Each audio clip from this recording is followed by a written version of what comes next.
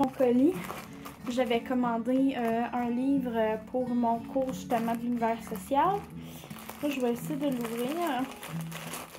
Après ça, peut-être ils me font emballer ça finement.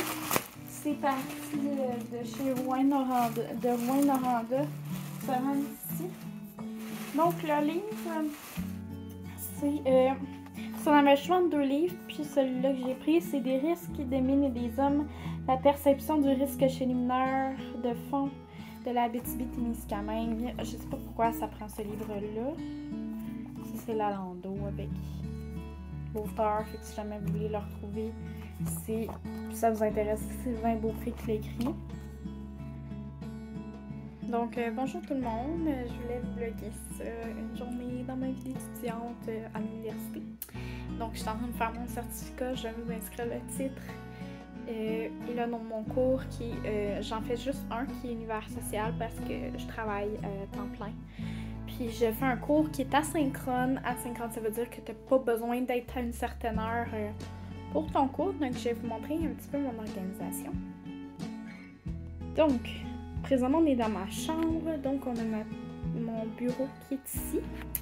Donc, là, ce que j'ai, c'est que j'ai sorti, je suis rendue à ma 4e séance que je peux écouter là, quand je veux, tant que je respecte là, les échéanciers.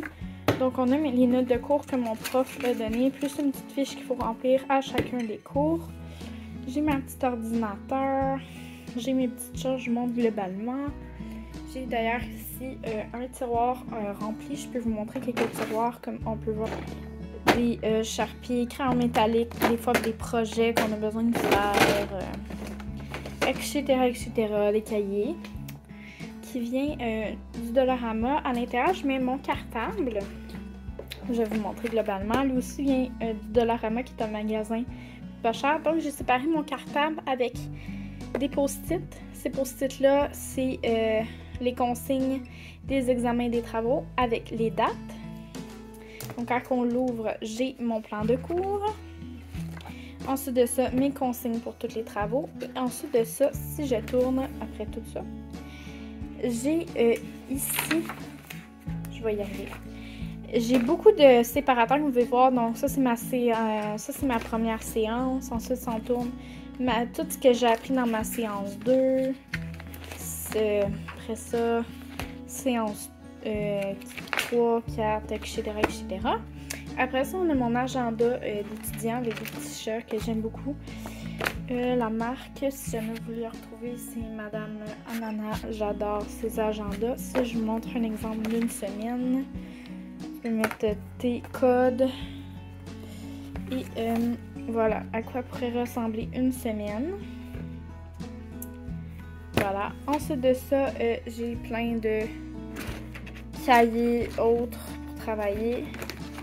Et puis, ce livre-là qu'il a fallu que j'achète pour mon cours, qui finalement n'est pas obligatoire, mais c'est quand même intéressant. Dans le fond, moi, j'étudie à l'UQTR, qui est l'Université du Québec en Abitibi-Témiscamingue. Même si je ne suis pas du tout de la région, c'est quand même super intéressant comme livre. Puis c'est mon prof, là, justement, qui l'a écrit, ce livre-là. Puis je peux vous montrer à l'intérieur un exemple à cause des droits d'auteur. Donc, ça ressemble à ça. C'est super bien séparé. Puis c'est quand même intéressant comme livre. Ça fait une petite lecture supplémentaire. Ensuite de ça, on a mon autre petit panier que là-dedans, je mets pas mal tout. J'ai ma petite to-do list comme ça. Ça m'a été donné à Noël, là. C'est vrai que je vous trouve la marque de ça, mais je vais vous l'écrire dans l'écran. Mais j'adore ça, là. C'est une créatrice, là, dans le fond. La fille d'une des amies à ma belle-mère qui fait ça. Je trouve ça super beau, ce qu'elle fait. J'ai même un cahier qui est exactement les mêmes couleurs, le même design, mais il est au travail. Ensuite de ça, j'ai un petit pot à crayon avec à peu près tout. Pause-mine, stylo, charpie, ciseaux, tout est là. Donc là, comme que je vous ai montré, je suis rendue à ma 4e séance de cours. Donc, j'ai filmé un petit time-lapse de moi qui étudie. Mais avant toute chose, je vais aller me chercher quelque chose à boire parce que c'est important de bien s'hydrater pendant qu'on étudie.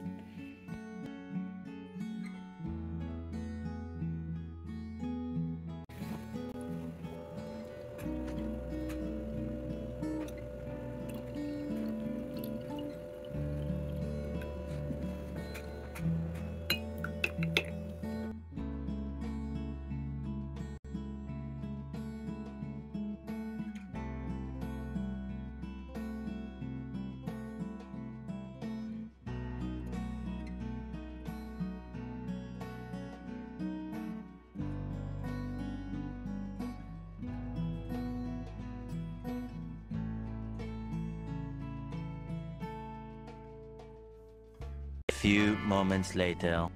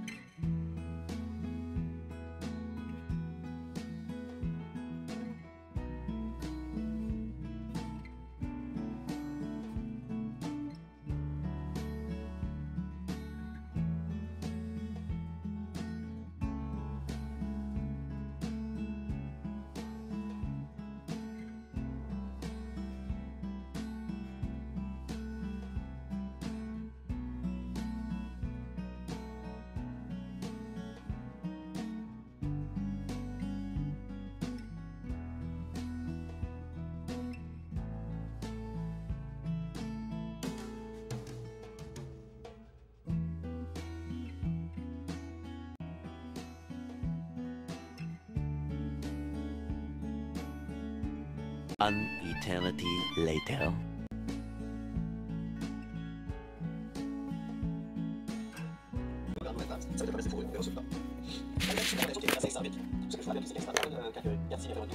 Donc en 1608, appel fondation d'Québec, à Champlain, Samuel de Champlain, dont on cherche un jour de concours, ça se passe.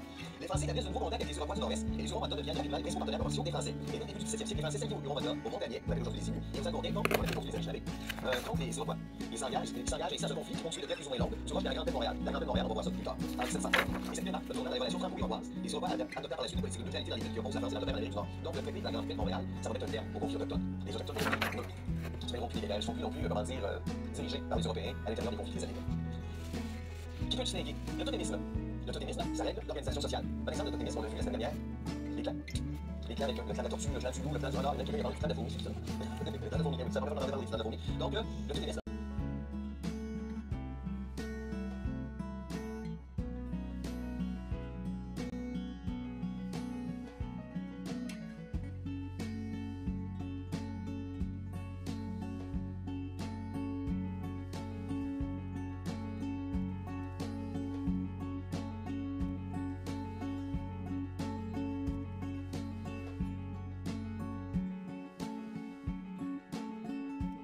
Donc mettez un pouce, n'oubliez pas de dire des commentaires si vous avez aimé, puis nous on se revoit dans une prochaine vidéo. Bye tout le monde!